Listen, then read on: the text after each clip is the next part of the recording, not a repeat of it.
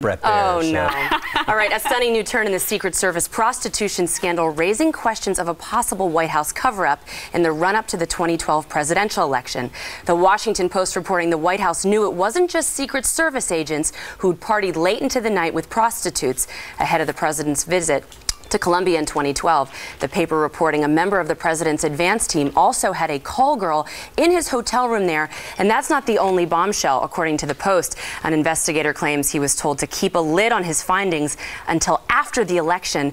Almost immediately after its publication, the White House dismissing the report as old news. But GOP Congressman Jason Chaffetz says that he's not buying that. The White House needs to come clean. There's a White House staffer that was very involved in this. Remember, there were nearly 24 Secret Service and military personnel that were either fired or reprimanded. But the concern is that when it came to the White House and the White House taking care of its own personnel, a totally different standard and perhaps some misdirection and some cover-up to make sure that that story never saw the light of day before the 2012 election. The congressman demanding the White House turn over all documents related to its counsel's review of the incident by October 24th. Chief White House correspondent Ed Henry from the North Lawn. Ed?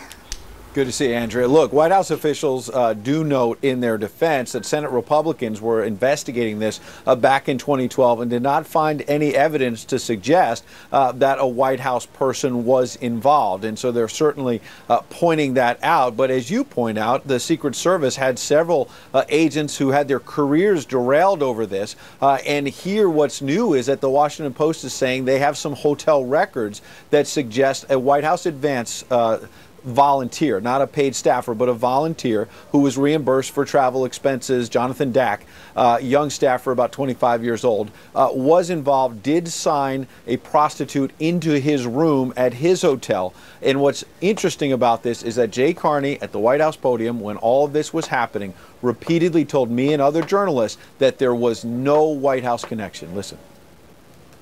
There are no, to my knowledge, and have been no credible or specific allegations of misconduct by any member of the White House advance team or White House staff. But out of due diligence, this review was conducted, and there is no indication that, of any misconduct. Now, he said that review was conducted by Catherine Rumler, who was the White House counsel at the time. In that same briefing, I repeatedly pressed Jay Carney on whether she looked at any hotel records, as the Secret Service looked at records from the hotel in order to implicate their officials. And Jay Carney would not answer that question repeatedly. Interesting, because Rumler now, her name is being bandied about as being on the short list to potentially replace Eric Holder as the Attorney General. So if she is nominated, and we don't know that yet, but if she is, you can bet Republicans on the Hill in any confirmation hearing will be looking for more documents, as you suggested. Last point, I mentioned Jonathan Dach, who was the White House volunteer, advanced volunteer involved in this. He now works at the State Department in the Office of Global Women's Issues. Guys? Oh, wow. You just can't make that up. All right, Ed Henry, thank you so much. Good to see you.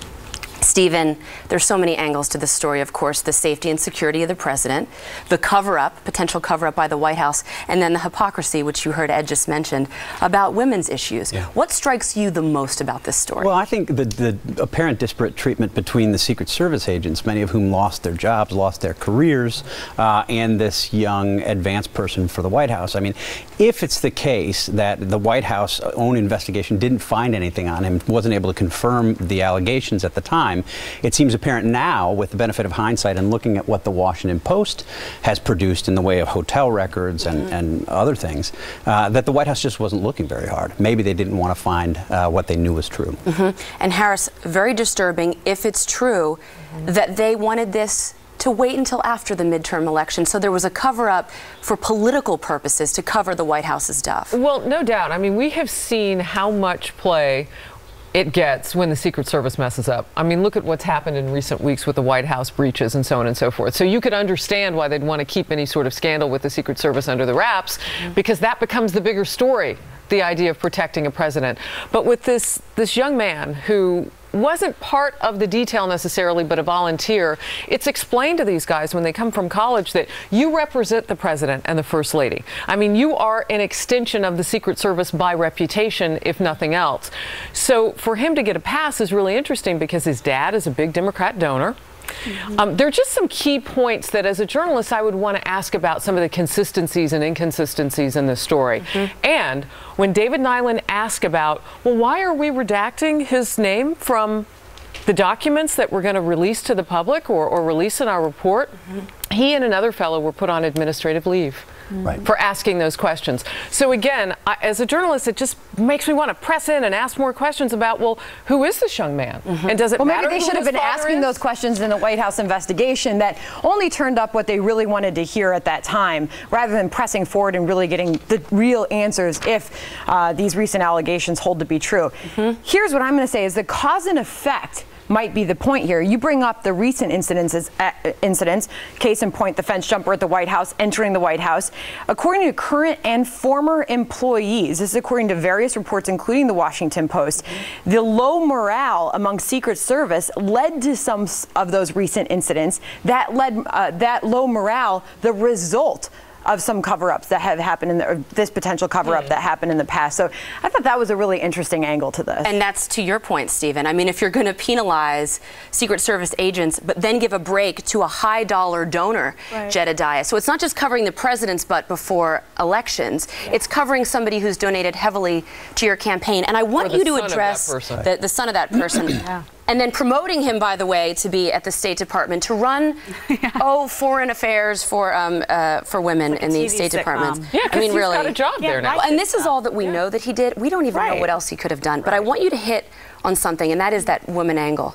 I think this tells us exactly how the White House feels about women. And they'll be the same ones coming out talking about a war on women. And I think Republicans need to bring this stuff up and need to call them out on their hypocrisy. Republicans let this stuff go all the time. Call them out on this. This guy should not have a job doing that. Now, in terms of election politics, I don't know why they covered this up. I think coming to terms with it and coming out, I don't know that it would have made a big difference in terms of elections. I don't know that people would have held them accountable for this in that way. But I think what they don't realize is that the constant deceit is what hurts them. In other words, they don't realize that it's a problem to lie about something like this and then have months later this come out and this administration be viewed as an administration that doesn't tell people the truth, that doesn't do proper investigation, that isn't concerned about investigating these kinds of atrocities and then putting those people in charge of things that make no sense. They're making themselves targets. Republicans take it, run with it, talk about the war on women, use it against them. I think this is one of the reasons that we're seeing the Obama presidency sort of crumble in front of us right now. I mean, you saw the soundbite from Jay Carney, who said, you know, with some assurance, look, the White House didn't have anything to do with this. There have been no specific and credible allegations that there was any White House involvement. Remember, Jay Carney said exactly the same thing about Benghazi and the shaping of those talking points. He came out and said, absolutely no White House involvement, no substantive White House or State Department involvement. And then, of course, we turned up 100 pages of emails that show that there was serious White House and State Department involvement. And they said it's the same thing about problem. the IRS scandal as well. When the president said heads are going to roll, then he said this is a phony scandal. Right. All right. Same thing.